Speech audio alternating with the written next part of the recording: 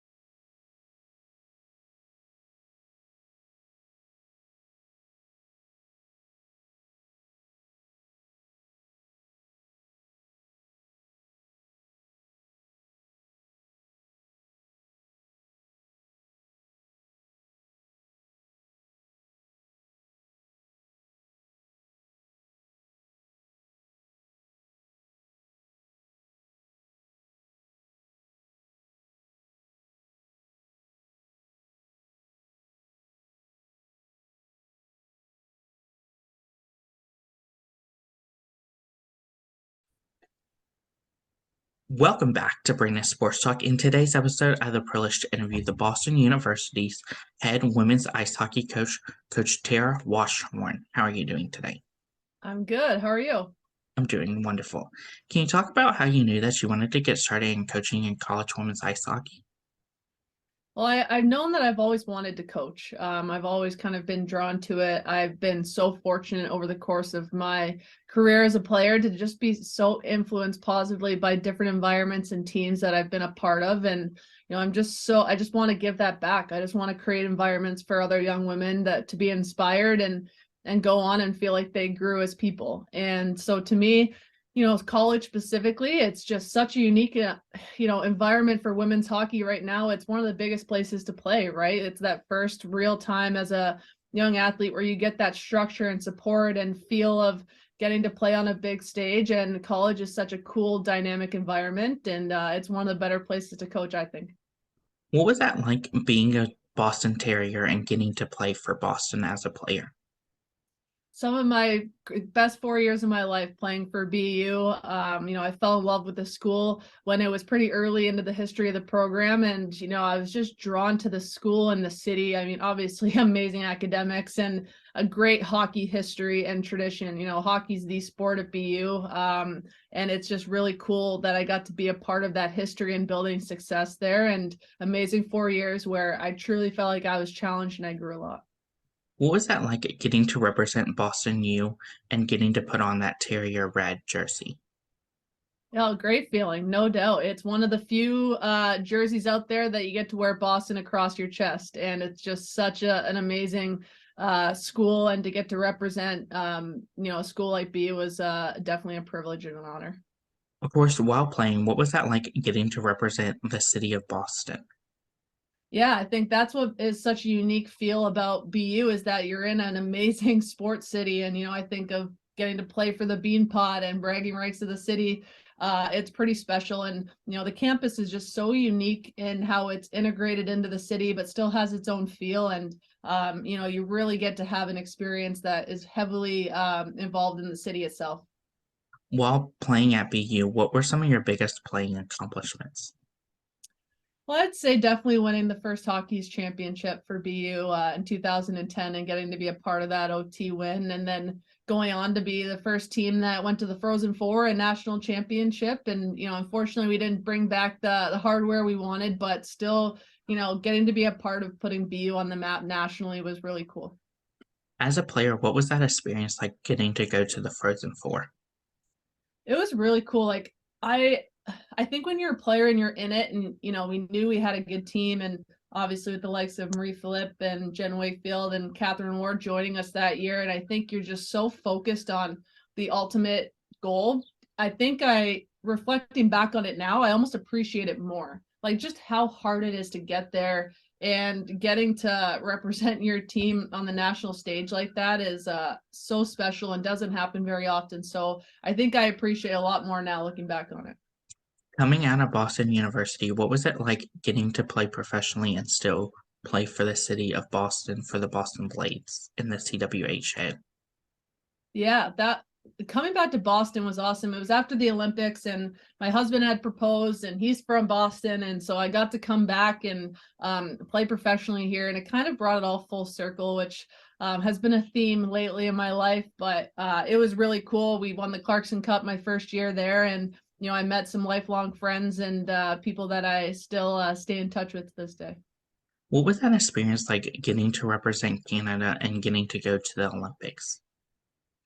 Unbelievable. I always reflect on getting to watch Team Canada win gold for the first time in Salt Lake City, and I was roughly 12 years old, and I think that's the kind of age where you remember it. It sticks with you, and from then on, and I saw that it was possible for women to play in the Olympics and compete for a medal, and every decision I made from that day on was made with that in the back of my mind, that I wanted to represent our country and go for gold, and to get to have that come to fruition and celebrate it with your family and achieve your biggest dream was really special. But I think the biggest thing that I'm proud of and so excited about is just the journey, how I got there. No one's journey is perfect. It was a bumpy road, and I learned a lot, but I think that's what stays with you, is just the woman I became along the way. Of course, while competing in the Olympics and representing Canada, what was that like also getting to represent your alma mater of Boston University? Yeah, special. It's cool. We've kind of built up, a little bit of tradition of Olympians that have come through the program, and get to be one name amongst the greats and the many is pretty cool. What was that like getting into coaching after your playing career and getting into Canada U18? Yeah, it's cool to see. When I retired, I knew I wanted to get into coaching, and there isn't always a clear path into the coaching world. And I was so fortunate that first, the BU assistant job opened up, and I was able to, Brian took a chance on me, and I was able to get my feet wet. And from then on as well, I got to pretty quickly started to get involved with the U18 program with Team Canada. And what I really think, with my career coming full circle on the coaching side so quick into my, coaching career, I think it allowed me to hit the ground running.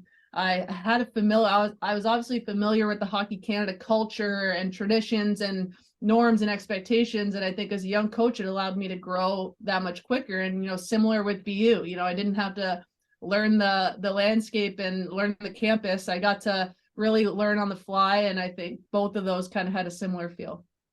After retiring as a professional athlete, what was that like getting to come back to your alma mater of BU and get to be an assistant coach and start your coaching journey? So special. Like I said, I think I really got to hit the ground running, but the biggest thing was that Brian took a chance on me as a young coach, and to get to play for him and then work with him and see other things behind the scenes. It was such an honor, and amazing time in my career, and I learned so much, and just to be able to start at your alma mater is pretty special. While an assistant coach, what were some of the things that you learned under Coach Brian? Yeah, I think a lot of the things is on the school and university front, how the department works behind the scenes and building relationships outside of just your team in the community. I think Brian is just known for that, right? You can't walk more than 2 blocks down Commonwealth Avenue without running into people that know him and love him. And I think that's the big part, is it's not just about your team, it's about the school and the community that surrounds it and building relationships. And I got to see that firsthand, getting to work next to him. And then on the other side of it was a lot of the recruiting, is building up that database and the landscape for how to recruit. And Brian obviously was very, very, really good in both of those areas amongst many others. But those were 2 things that really stood out to me. For you, what was that transition like from leaving your alma mater to getting your first head coaching job at Stony Hill College? Yeah, it was scary and exciting all at the same time. Obviously I always had the dream of being a head coach and creating that environment and culture that I was so privileged to be able to experience as a player. And, as a head coach, I think you just get a little bit more say in that. And, I when that opportunity opened up just 30 minutes down the road from where I live, not having to move and potentially getting to grow in my career, it piqued my interest a little bit. But I think the biggest thing I always say, the reason why I was so excited by the opportunity is getting to build something from scratch. I think there is something to be said for getting to build something from the ground up and getting to execute your vision and have a say in kind of every piece of the puzzle of it. And it was such an amazing experience and really unforgettable and cool the last 2 years. What were some of your biggest accomplishments as the head coach at Stony Hill College? I think the biggest thing is just the culture that we built, the relationships that I got to build with the players, and obviously we ended up putting together a pretty good season. You know, I reflecting on it now, I always felt that we could be competitive in the Newha and, you know, potentially push for a championship if we peak at the right time and kind of be that underdog story. What I never anticipated though was that we were gonna put together the body of work that we did, you know, the record that we achieved being above 500, some out of conference ties and wins that we got. And I think that that was just a testament to the student athletes, the young women that, you know, took a chance on this with me. You know, they're Division I athletes. They deserve to compete at that level. And I think they showed, you know, the country that they were where they needed to be. Of course, how was that feeling like when you got that call from Coach Brian that he was going to retire and you could become the next head coach? It was a whirlwind for sure. I think first and foremost, though, is celebrating Brian. I think everyone really quickly went to, you know, who's going to take over now. But I think what an amazing career that he had. And I called him, you know, right away just to say congratulations and pretty remarkable the legacy that he built at BU. And I think taking time first to, you know, make sure that you celebrate that. And, you know, and then obviously it was in the back of my mind. I didn't know it would happen that quick, but obviously to be a head coach at your alma mater is pretty special. And it was something that intrigued me, no doubt, and feel grateful I made it to the other side. What was that feeling like when you got announced to become the next head coach at the press conference and it all sunk in that you're going to become the next head coach at your alma mater? It's still hitting me one day at a time. It's been such a whirlwind. I really dove in, you know, when they announced it to the girls, I really just started that day. And, you know, we had a few weeks left of postseason where they're already in full swing and postseason training and doing their thing. And I think the biggest thing that I wanted to do is just integrate myself as fast as possible, ask a lot of questions and start to build relationships. But in doing that, while also getting onboarded at the school again and hiring a staff and doing all of those things, it was a lot. But reflecting on it, I'm so happy that I did and feel like I have a better lay of the land. But long story short, now that exams have happened and graduation and slowing down a little bit, I feel like I've finally been able to come up for air and process the fact that, wow, like I really am here. It's unbelievable. I'm just so honored and so excited to hopefully help the program continue to grow and give that first class experience to the young women that come through. Of course, after getting announced, what was that process like getting to build your coaching staff around you? Yeah, I think you don't go into this process. You know, I learned a lot from Stonehill. I don't think you know, apply for a head coaching job unless you have an idea of who you want next to you. Like it's what it's all about. It's the culture you build amongst your staff, is the culture that you're going to get from your group. And, you know, hockey, I feel like coaching's the kind of, I always say it's a kind of job where you never feel like you work a day in your life, but you're also never not working. And if you don't love the people that you surround yourself with, then you spend a lot of time together. So it was a really cool process. I'm so lucky that Courtney Kessel and Megan Myers decided to officially join me, and we're actually going on our first staff retreat next week. So excited to just get a sense of our dynamic. I think they're both so smart, competent, and bring a skill set that complements mine. And I think it's going to be great. Of course, as a head coach, what is that like to have Courtney, who has previously been at Princeton at an Ivy League, so has that Ivy League experience? Yeah, I think we're going to get to see it get put to good use. You know, BU is an amazing academic school, and it's something that, you know, I know the university takes a lot of pride in. Academics are tough. It's a great degree that carries a lot of weight, as it should. And I think Courtney's experience in balancing that student athlete lifestyle is going to come in handy a lot at BU as well. Of course, for you, what has that been like? Obviously, continuing the legacy that Coach Brian has started for BU and continuing it to build it onto your legacy. Yeah, just beginning. So we'll have to see. We'll connect in a little bit, but I think that's what's really cool is I can bring my flair and things that I've learned over the course of my career as a player and coach, but also part of my experiences as a player and coach were at BU, right? So I think that's the unique opportunity ahead, is that, to carry on the traditions and things that we love about Boston University and what Brian has built, and to bring those with us. There's amazing things that have been built here in the history of the program, and then how do we keep learning from that and add some new to it as well. So it's such a cool opportunity in front of us, and just so excited to get going. Of course, what will that feeling be like on game day to get to step onto that ice for the first time as a head coach? We'll see. It's funny, I hadn't even had thought of it yet, but I actually went to the women's softball Patriot League championship and got to watch them win at home and lift the trophy, and it kind of sparked that feel. And my husband actually was there with me and leaned over and he's like, I can't wait for your first game. So it kind of hit me then, and it's a lot of work to do between now and then, but it's going to be pretty special, no doubt. Of course, can you talk about the culture that you plan to build for BU? Yeah, to me, ultimately, it's about creating an environment where people really want the best for the person next to them. And it's always easier said than done. We're competitors. We have our individual goals and accomplishments, but how do we create an environment where you truly can celebrate the little successes of each other and the group, and know that when you do that, you're always going to play better and grow yourself. And I think it just starts with attention to detail and taking pride in all the little things that we do at the rink and away from the rink. And, to steal Gina Kingsbury's quote, I know she got it from someone else with Hockey Canada, but like in those big moments and championships that we want to win, you don't rise at that point. You lower to your preparation. And I think it's just taking pride in all the little things that we're doing starting now, whether we're together or separate, taking pride in those things and know that it's going to serve us down the road. Who are going to be some of the teams that you'll be facing this year in your conference?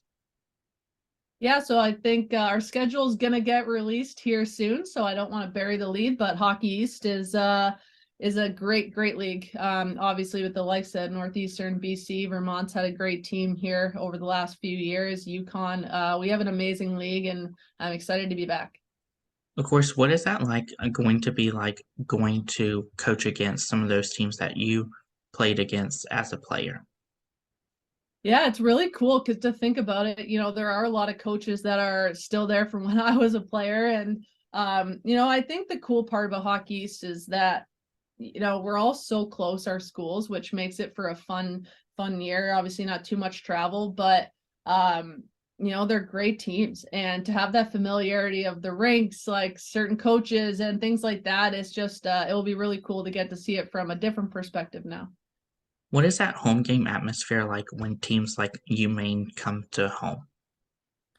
The home atmosphere, I know I'm biased, but at Walter Brown Arena, I gotta say it's one of the best in college hockey. I think it's such a historic building. It's perfect size for us. It's a low ceiling. You get our band in there, our dog pound, and it's loud. And it's such an amazing environment. Really love playing at home.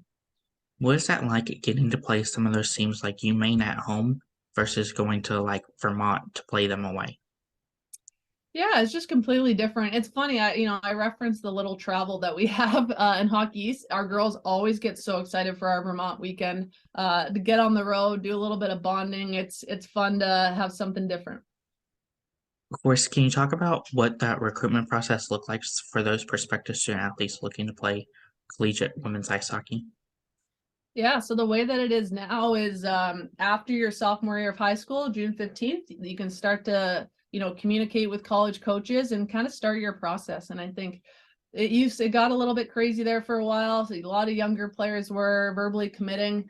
But now I really think that, you got to start and get a sense of not just the hockey program, but the school, and start to think about what you want out of your experience at the rink and away from the rink. And so you can start kind of communicating with coaches then. You can start taking visits in August, and then you kind of go from there. So it's an exciting time, but I always tell the young women going through the process that it's your journey. It's about finding what you want and getting that gut feeling. And it's funny because you're learning so many amazing life lessons, even just starting with the recruitment process, right?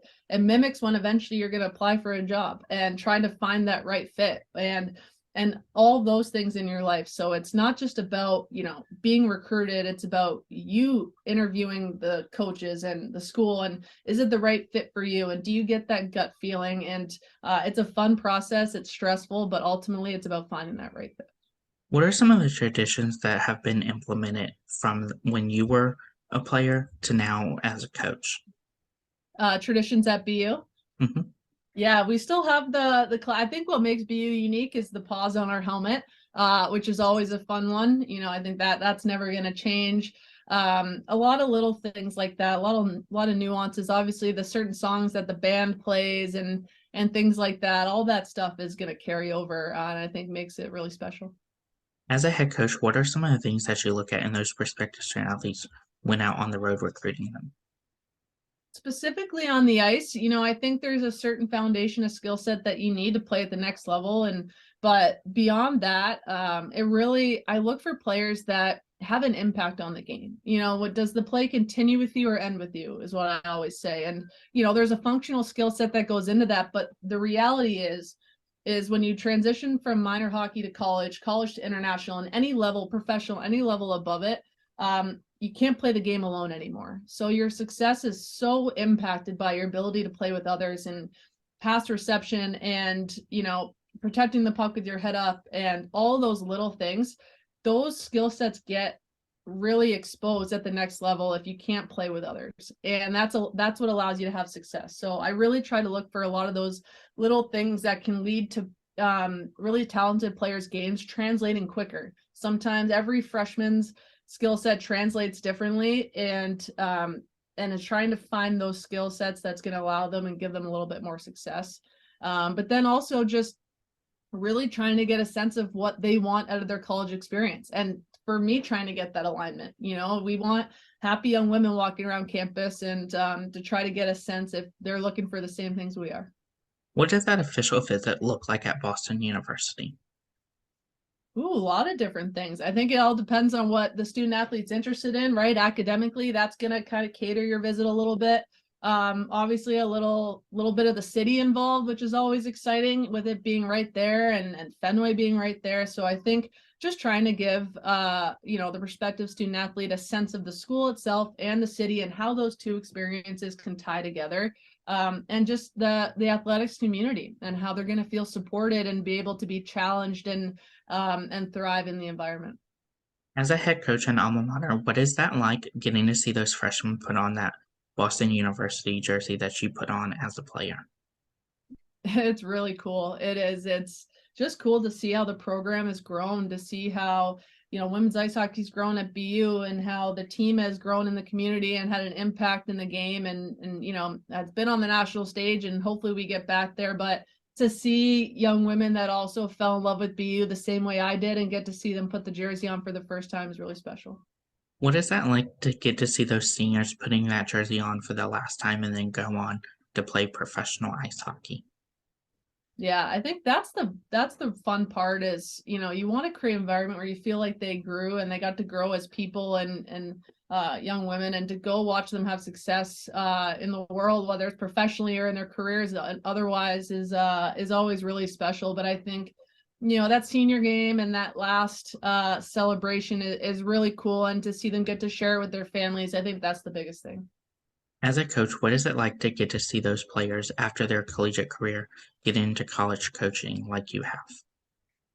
Yeah, it's really cool. It's funny. I always I like to joke around with a lot of our girls that I get a sense that might like coaching. And we don't have a lot of our alumni out there now in the coaching world, but I know there will be more to come for sure. But I like to bug some of the girls, be like, so you're gonna get into coaching? And I think there's a lot of good potential out there.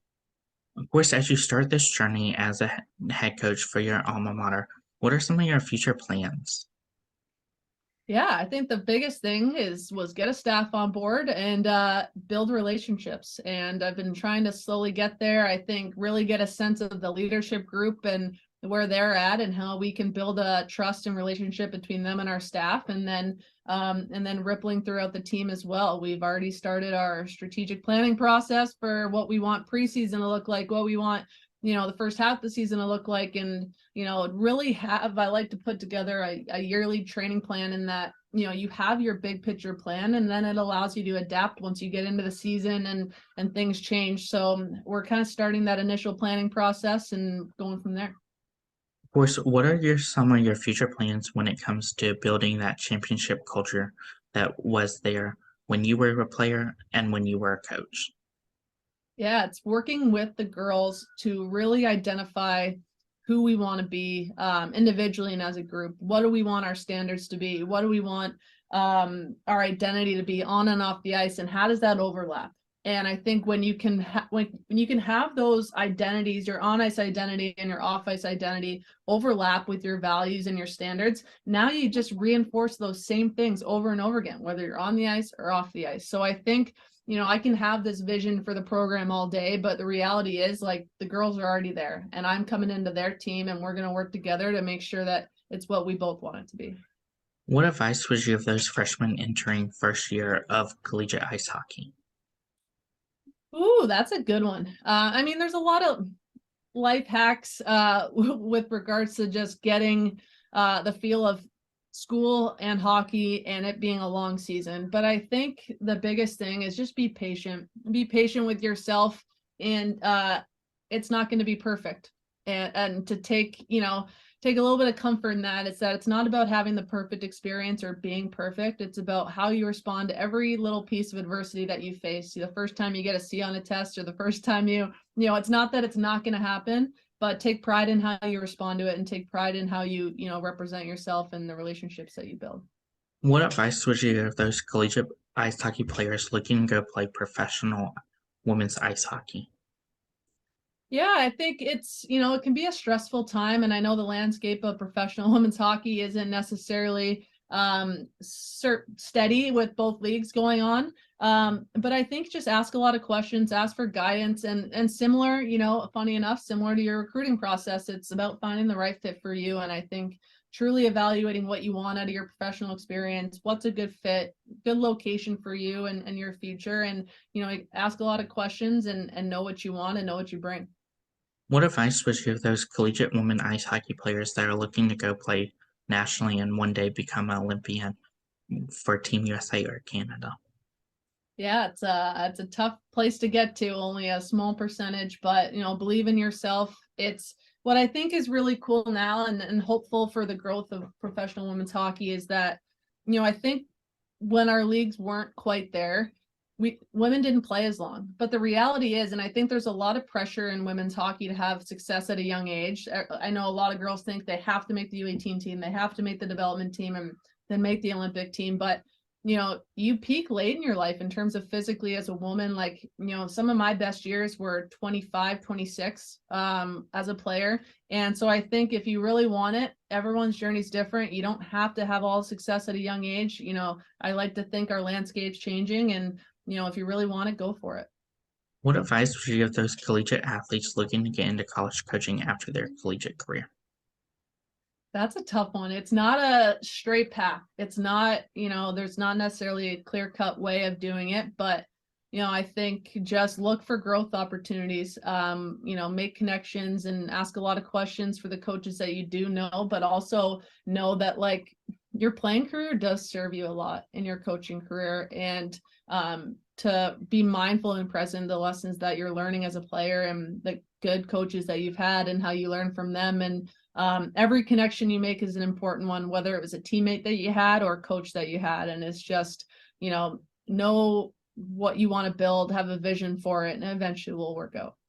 What advice would you give those former professional athletes that are looking to get into college coaching after their playing career like you have?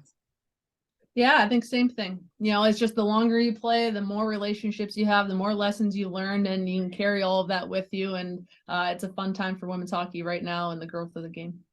What advice would you give those people that are looking to coach at their alma mater like how you have?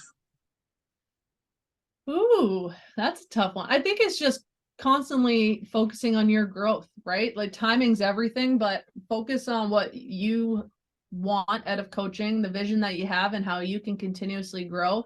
And if the timing's right, it'll work out. What advice would you give those future head coaches looking to build their own program and build their own legacy?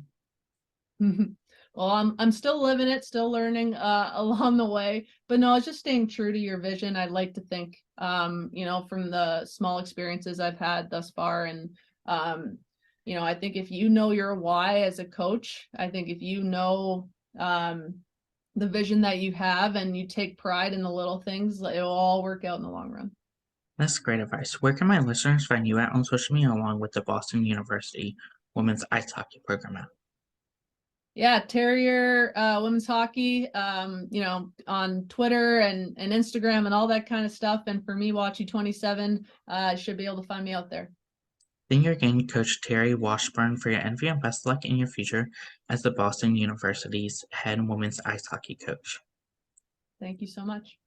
You can find Brandon Sports Talk on Instagram at Brandon Sports Talk, Twitter at Talk_Brandon, and you can find me on YouTube at Brandon Sports Talk. Don't forget to like, comment, and subscribe.